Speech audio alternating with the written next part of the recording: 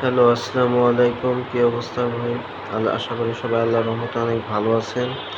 আমিও অনেক কয়দিন ভালো খারাপের ভিতরেই ছিলাম। তো আজকে আমি যে প্রসঙ্গ নিয়ে একটা আলোচনা করব। আ কথা হচ্ছে আপনারা আমার চেহারা দেখে বুঝতেই পারতেছেন যে আমি কয়দিন অনেক মানসিকভাবে অনেক একটু আছি। আ তো আমি আপনাদেরকে কিছু জিনিস বোঝানোর জন্য একটা কথা বলি। মানে মনে করতে পারেন যে এটা তোমার কি কাজ আছে? এটা বললে তুমি গাড়ির ভিডিও করো বা করো এগুলো করো। কিন্তু একটা জিনিস সবসময় মনে রাখবেন। আজকে আমি যে জিনিসটা নিয়ে আলোচনা করব যেটা আপনাদের আপনার এটলিস্ট একটু মাথায় রেখে একটু জিনিসটা তারপর বিচার আচার করবেন। আজকে যে প্রসঙ্গটা সেটা হচ্ছে যে ক্রিটিসিজম আর হলো উপদেশ বা ক্রিটিসিজম বাই উপদেশ। ২ টা কিরকম জিনিস? ক্রিটিসিজম ভার্সাস উপদেশ। আচ্ছা, প্রথমত আমি যদি একটা কথা বলি, জীবনে চলার পথে মানুষের আবেগ, দুঃখ, কষ্ট, হাসি, খুশি, রাগ এগুলো সব কিছু মিলাই মানুষ। মানুষ মাত্র এগুলো থাকবে। পৃথিবীর কোনো মানুষ কেউ কখনো স্বয়ংসম্পূর্ণ না, কেউ কোনো নিষ্পাপ না। এবার আমি আজকে যে বিষয়টা নিয়ে আলোচনা করব সেটা হচ্ছে যে ক্রিটিসিজম এবং উপদেশ। ক্রিটিসিজম হচ্ছে কাউকে আপনি যেটা কোনো কথার প্রায় সাংঘর্ষিক না, কথার বাহিরে কাউকে ধরেন উপদেশ দেওয়ার নামে তাকে অতিরিক্তভাবে যাকে একটু বেশি ক্রিটিসাইজ করতেছে, কাউকে একটু আঘাত দিতেছে, এমনকি যেটা প্রয়োজনেরও বাইরে। আমি ধরেন মারতেছি এই কারণে যে ও হলো গিয়ে এই পড়াটা পারে না।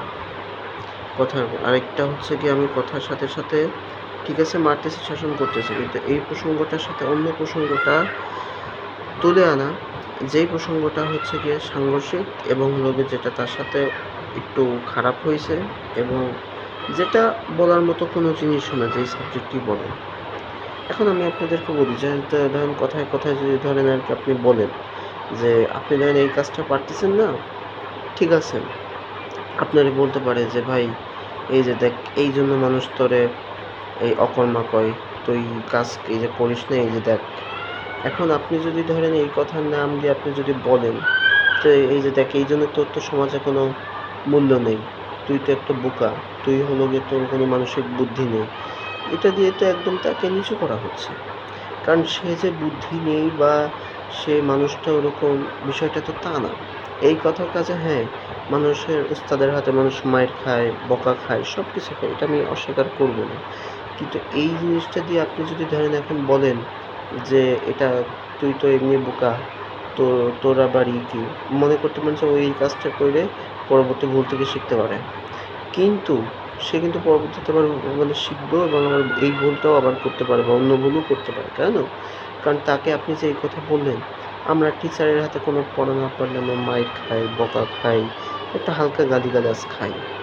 কিন্তু এই এত বড় বড় কিছু কথা, যেগুলো হলো কি কথা বা প্রাসঙ্গিকের বাইরে আপনি তারা ওই বিষয়ে সাংঘর্ষিক বিষয় নিয়ে যেটা আলোচনা করছেন, যেটা তার দুর্বলতা ওই জায়গাটা, যেটা আপনার না ধরতেও পারতেন, তো সেটাই হলো কি তার কাছে অনেক খারাপ লাগে।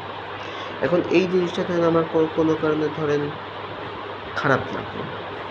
এখন এখন আপনি বলবেন যে হ্যাঁ, এই যে আল্লাদি হওয়া যাবে না। কেন? আল্লাদি না হওয়ার কি? আমি তো প্রথমেই বললাম যে মানুষের সুখ, দুঃখ, কষ্ট, খারাপ মিলাই মানুষ। অর্থাৎ যেই মানুষটা এটা খারাপ লাগতেছে আপনার কাছে যদি কেউ অনুরোধ করতে আসে যে ভাই যত যা ভাই এই কথা ভাই বললেন না, এটা আমার কাছে খারাপ লাগতেছে। আপনি জানেন প্রতিটা কাজের কিন্তু একটা মানসিক থাকা লাগে। আপনার কাজের দ্বারা আমি এখন একটা হাদিস মানুষের নিয়তের দ্বারাই আর কি প্রধান। আমি স্পষ্ট বলতে পারতেছি না, তবে এটা। তো এই নিয়ন্ত্রণ মানে এই নিয়তটার মধ্যে আপনার অনেক কিছু জড়িত। আমার এই যে এই হাত পায়ে, এই হাত পায়ের কোনো দাম নেই যদি আমি আমার অন্তরে মানে আমার মনে, আমার ধারণায় যদি আমার এই কাজটা থাকে যে আমি এই হাত দিয়ে কী কাজ করছি। তো এরকম হলো বিষয়। তা আপনি যদি তার মস্তিষ্ককে যদি আপনি এভাবে যদি তাকে ড্যামেজ করে দেন, সে একটা মানুষের হইতে পারে কারোর ধৈর্য শক্তি বা কারোর সহ্য করার শক্তি এতটুকু, কারোর এতটুকু, বিভিন্ন জায়গায় বিভিন্ন রকম হতে পারে। সবাই যে শুধু একটা জিনিস নিয়ে যে ভয়ে থাকে, আবার একটা জিনিস নিয়ে যে ভয়ে থাকবে, ওরকম কোনো বিষয় নেই। বিভিন্ন ক্ষেত্রে বিভিন্ন বিষয় আছে। মানুষের বিভিন্ন দুর্বলতার জায়গা, বিভিন্ন দুর্বলতার ভিকটিমটা, দুর্বলতার আপনার প্রভাব বিভিন্ন রকম হতে পারে।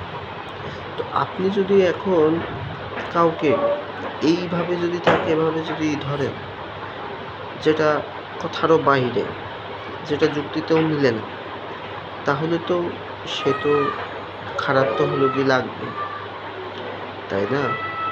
এখন আমি যদি আপনাকে যদি বলি যে আমার যেমন এইচএসসি পরীক্ষা, আমি নাম বলবো না, এইচএসসি পরীক্ষাতে এখন কম বেশি সবারই অনেক বিধিনিষেধ দিয়ে দেওয়া আছে যে ফোন এরকম চালানো যাবে না, এই করা যাবে না, ঠিক আছে। কিন্তু পৃথিবীর সব মানুষ মানে সবাই তো অনেক হইতে পারে যে সবাই কিন্তু সব পরিপূর্ণ নিয়ম বিধিবিধান মানতে কিন্তু কেউ পারে না। এখন আমি যদি ধরেন ফোন স্বাভাবিকভাবেই চালাচ্ছি, ধরেন বিধিনিষেধ দেবে যে ফোন কম চালা, পড়তে বস, এটা ঠিক আছে। এখন আমি বলছি না যে আমার ফোন কেড়ে নিবে এই জন্য আমি খারাপ লাগবে, তা না। আমি জানি এটা তো আমার ভালোর জন্যই বলা হচ্ছে। এখন আমি ধরেন সাপোজ আমার ধরেন নিয়ম করে দেওয়া আছে, বা যেটা আমি ধরেন আমার এই টাইমের মধ্যে দিনের পরিবেশ পরিস্থিতি অনুযায়ী পরিবেশের সাথে মিলায় সব মিলায় একটা স্বাভাবিক যখন পরিস্থিতি যে ওর এই সময় ফোন চালাইতে কেউ কিছু বলবে না, সবাই দেখতেছে ও ফোন চালাচ্ছে, মানে আপনি একটু বোঝার চেষ্টা করুন। আপনি ধরেন অন্যান্য সময় ঠিক আছে বলে আপনার ফোন কিন্তু এমন একটা সময় যে আপনি স্বাভাবিকভাবে আপনার পরিবেশ মানে স্থির আছে, মানে আপনার ফোন নিয়ে কেউ কিছু বলতেছে না, স্বাভাবিকভাবে আছে। এখন আমার ধরেন আমি এই যে এই সময়টা আমি যদি ধরেন কমসে কম আমি ধরেন 10 ঘন্টা আমি পড়লাম মিনিমাম, 10 ঘন্টার ভিতর আচ্ছা ঘুমানোর আগেও ধরেন আমি একটু আধা ঘন্টা বা একটু চালাইলাম, যতটুকু আমি টাইম বলবো না, যে আমার কথা যে টাইম আধা ঘন্টা হোক বা 1 ঘন্টা হোক, এটা তো পরিবেশ পরিস্থিতি সময় আপনার এগুলো নির্ভর করে। আমি ধরেন এমনি কোনো কারণে ধরেন একটু ফোন বের করলাম, ধরেন আমি রাত 1টার সময় আমি ধরেন এক জায়গা থেকে আসছি, আপনার হচ্ছে কি একটু 20 মিনিট হয়ে গেছে, আমি কিন্তু স্বাভাবিকভাবে ফোন চালাচ্ছি, অন্য সময়ও কিন্তু আমার নিষেধ করা হয়। সব কিছু মিলায় কিছু জিনিস আছে তো বলে নিতে হয় না, ওইটা বলার সাপেক্ষে আপনার জিনিসটা হয়ে যায়, মনে মনেই জিনিসটা ধারণ করে বুঝে আপনার পরিস্থিতিটা ক্রিয়েট হয়ে যায় যে না ও এখন ফোন চালাচ্ছে, আচ্ছা দেখি আর কতক্ষণ চালায় ঘুমাইতে পারবো, ওই ব্যাপারটা মানে এরকম হয়। আমি ফোন চালাইলে আমার কিন্তু স্পষ্ট দেখা যায় আমি ফোন চালাচ্ছি কি চালাচ্ছি না। এখন একজন যদি বলে যে স্যার কী অবস্থা আপনি, এখন এই কথা যদি হঠাৎ করে বলা হয় যে ফোন তুমি এখন ফোন চালাচ্ছ, তুমি যে তোমার, আমি জানি না সে কোন উদ্দেশ্যে মনে করছে, মনে করতে পারে আমি এখনো ঘন্টাখানেক ফোন, কিন্তু সেটা তো তার চিন্তা করার তো কোনো অধিকার বা তার তো কোনো হয়নি, কারণ সে কি জানে আমি কতক্ষণ ধরে ফোন চালাচ্ছি কি চালাই, তাকে তো আগে শুনতে হবে যে ওসামা কতক্ষণ ধরে এখন ফোন চালাচ্ছে। আমিও তো চাই যে শুনুক, যুক্তি খণ্ডন বা জাস্টিফিকেশন বা বিচার করার আগে এটা করা আগে শুনুক। ওসামা যে এই যে এখন ফোন চালাচ্ছে, ওসামা যদি দেখি যে এই ফোন চালানোর জন্য ওসামা এইচএসসিতে পাশ করবে, এটা তারা ভুলের রাজ্যে তারা বসবাস করছে, তারা এটা সে ওসামা পাশ করতে পারবে না।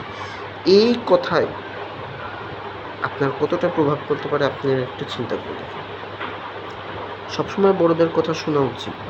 আমিও কিন্তু বড় আলহামদুলিল্লাহ হয়েছে, আমার যতটুকু জ্ঞান প্রজ্ঞা হয়েছে আমিও বোঝার চেষ্টা করি, আমারও ভুল হয়, আমারও সঠিক হয়, এটা আমি মানার চেষ্টা করি। আমার থেকে ছোট যারা তারাও আমার থেকে শিখবে, এটাও আমার মাথায় আছে। অতএব এত কম বুঝদারি আমি না রাখার চেষ্টা করি। তো এই কথা শুনলে আপনার মনে কি খারাপ হবে না যে একজন শিক্ষক যদি এই কথা যদি বলে যেটা এখন আমার খারাপ লাগতেছে, মানে সময়েরও বাইরে। আমি যদি এমন হতাম, পড়ার টাইমের বাইরে আমি যদি ধরেন পড়ার দিনের অধিকাংশ সময়টাই ফোনে কাটাই দিচ্ছি, তাহলে একটা কথা আছে যে না, আমার ফোনটা সুইচ করে দিতে হবে।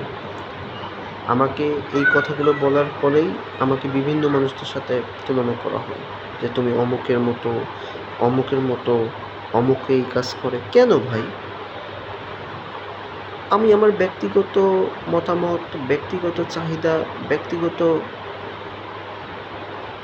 মন্তব্য আমি করতেই পারি।